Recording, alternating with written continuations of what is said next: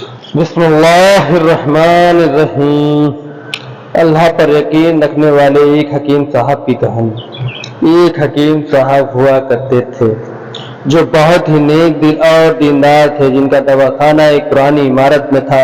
حکیم صاحب روز اپنے دواخانے کو جانے سے پہلے اپنی بیوی سے کہتے کہ جس جس چیز کی ضرورت ہے تم جو آج ہے وہ تم ایک کاغذ پر لکھ کر دے دو تو ان کی بیوی لکھ کر دے دیتی۔ حکیم صاحب اپنی دکان پر جا کر سب سے پہلے اس پرچی کو کھولتے، بیوی نے جو لکھا ہوتا وہ ان کا حساب لگاتے اور ان کا ٹوٹل کرتے، پھر اللہ سے دعا کرتے، یا خدا میں تیرے حکم کے تعمیل میں تیری عبادت چھوڑ کر یہاں دنیا داری کے چکر میں آ بیٹھا ہوں، جیسے ہی تو میری آج کی ضرورت پوری کر دے گا میں اسی وقت یہاں سے اٹھ جاؤں گا۔ اور پھر یہی ہوتا، کبھی تو صبح 9 بجے، کبھی 10 بجے حکیم صاحب اپنے مریضوں سے فارغ ہو کر اپنے گھر چلے جاتے۔ ایک دن حکیم صاحب نے اپنی دکان کھولی، رقم کا حساب لگانے کے لیے پرچی کھولی تو وہ پرچی کو دیکھتے ہی دیکھتے رہ گئے۔ ایک لمحے کے لیے تو ان کا دماغ گھوم گیا، ان کو اپنی آنکھوں پر وشواس نہیں ہو رہا تھا، لیکن جلد ہی انہوں نے اپنے آپ پر قابو پا لیا۔ اس پرچے پر آٹے دال کے علاوہ ان کی بیوی نے لکھا ہوا تھا بیٹی کے دہیج کا سامان۔ حکیم صاحب کچھ دیر سوچتے رہے، پھر سب چیزوں کی قیمت لکھنے کے بعد دہیج کے سامان کے سامنے لکھ دیا کہ اے خدا کا کام ہے اور خدا ہی جانے۔ پھر وہ اپنے کام میں لگ گئے۔ ایک دو مریض آئے تھے جن کو حکیم صاحب نے دوا دے دی۔ اسی وقت ان کی دکان کے سامنے ایک گاڑی سی آ کر رکی، لیکن کار کے اندر کون ہے انہیں حکیم صاحب نے کوئی توجہ نہیں دی، کیونکہ کئی کار والے بھی حکیم صاحب کے پاس اپنا علاج کروانے آتے تھے۔ یہ سب روز کا کام تھا۔ جب سارے مریض اپنی دوا لے کر چلے گئے تو کار والے صاحب کار سے باہر نکل کر حکیم صاحب کو سلام کیا اور جا کر ان کی دکان میں بیٹھ گئے۔ تو حکیم صاحب نے کہا کہ اگر آپ کو کوئی دوا لینی ہے تو یہاں اسٹول پر آ کر بیٹھ جائیں تاکہ میں آپ کو چیک کر سکوں، اور اگر آپ کو کسی اور مریض کی دوا لے کر جانی ہے تو آپ اس مریض کے حالات بتا دیے۔ پھر وہ صاحب بولے کہ حکیم صاحب مجھے لگتا ہے کہ آپ نے مجھے پہچانا نہیں، لیکن آپ بھلا مجھے پہچان بھی کیسے سکتے ہو، کیونکہ میں آپ سے 15 سال بعد مل رہا ہوں۔ اپنی پہچان کے لیے میں آپ کو اپنی پرانی ملاقات کے بارے میں بتاتا ہوں۔ جب میں پہلی مرتبہ یہاں پر آیا تھا تو میں خود نہیں آیا تھا بلکہ مجھے یہاں خدا نے بھیجا تھا، کیونکہ خدا کو مجھ پر رحم آ گیا تھا اور وہ میرے گھر پر آباد کرنا چاہتے تھے۔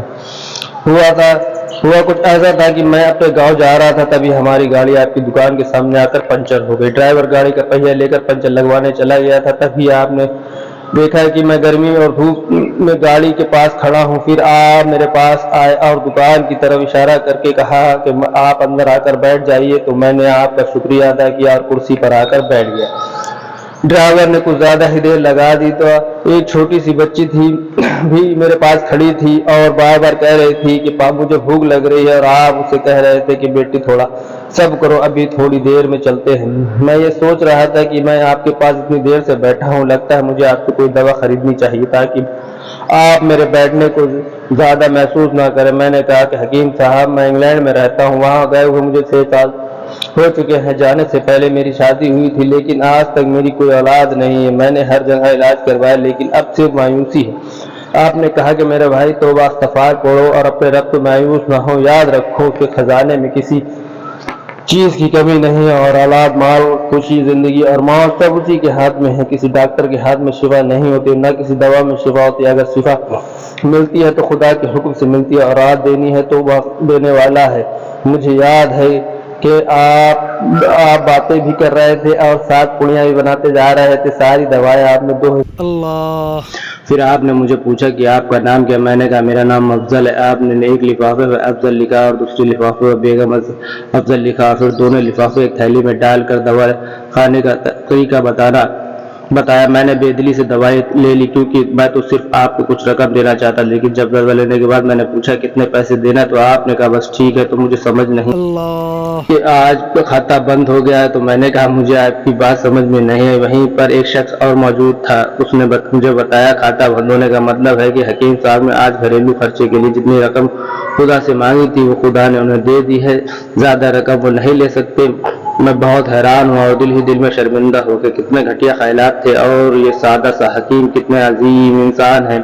میں نے پھر میں نے اپنے گھر جا کر اپنی بیگم کو یہ دوائی دکھائی اور اسے ساری بات سمجھی تو وہ کہنے لگی کہ وہ کوئی انسان نہیں بلکہ ہمارے لیے تو ایک فرشتہ ہے. مجھے یقین حکیم کی دی ہوئی دوا ہمارے لیے فائدہ مند ثابت ہوگی. حکیم صاحب، آج میں 3 بچوں کا باپ ہوں. آپ نے کو ہماری مدد کا وسیلہ بنایا. ہم ہمیشہ آپ کے لیے دعا کرتے ہیں. جب بھی آپ اپنے گاؤں چھٹی پر آیا تو ہر بار میں آپ کی دکان پر آیا، لیکن مجھے ہمیشہ آپ کی دکان بند ہی ملی. میں کل دوپہر کو بھی آیا تھا لیکن آپ کی دکان کل بھی بند تھی. وہیں ایک آدمی کھڑا تھا. اس نے کہا اگر آپ کو حکیم صاحب سے ملنا ہے تو آپ صبح 9 بجے آ جائے، ورنہ ان سے ملنا مشکل ہے.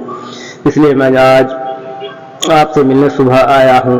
جب 15 سال پہلے میں نے آپ کی دکان میں اپنی چھوٹی بیٹی دیکھی تو میں نے بتایا تھا کہ اسے دیکھ کر مجھے میری بھانجی یاد آ رہی ہے. میری بھانجی کی شادی اس مہینے میں ہونی تھی. اس کی شادی کا سارا خرچ میں نے اپنے ذمہ لیا تھا. میں نے اسے پیسے بھجوائے تھے کہ وہ اپنی مرضی کی چیزیں خرید لے. اسے بخار تھا لیکن اسے کسی کو نہیں بتایا. وہ بخار کی دوائی کھاتی رہی اور گھومتی رہی. پھر ایک دن وہ بازار میں بے ہوش ہو کر گر گئی. اسپتال لے جانے کے بعد پتا چلا کہ اسے بہت تیز بخار ہے. وہ بے ہوشی کی حالت میں ہی دنیا سے چلی گئی. اس کا انتقال ہونے کے بعد نہ جانے کیوں مجھے اب میری بیوی کو آپ کی بیٹی کا خیال آیا. ہم نے یہ فیصلہ کیا ہے میں دہیج کا سارا سامان آپ کی بیٹی کے لیے پہنچا دیں گے اور اگر شادی جلد ہو گئی تو سارا انتظام خود ہی کریں گے. اگر آپ ابھی کچھ وقت ہوا تو نقد رقم پہنچا دیں گے. میری آپ سے ایک گزارش ہے، آپ ان سب کے لیے مجھے منع نہیں کریں گے.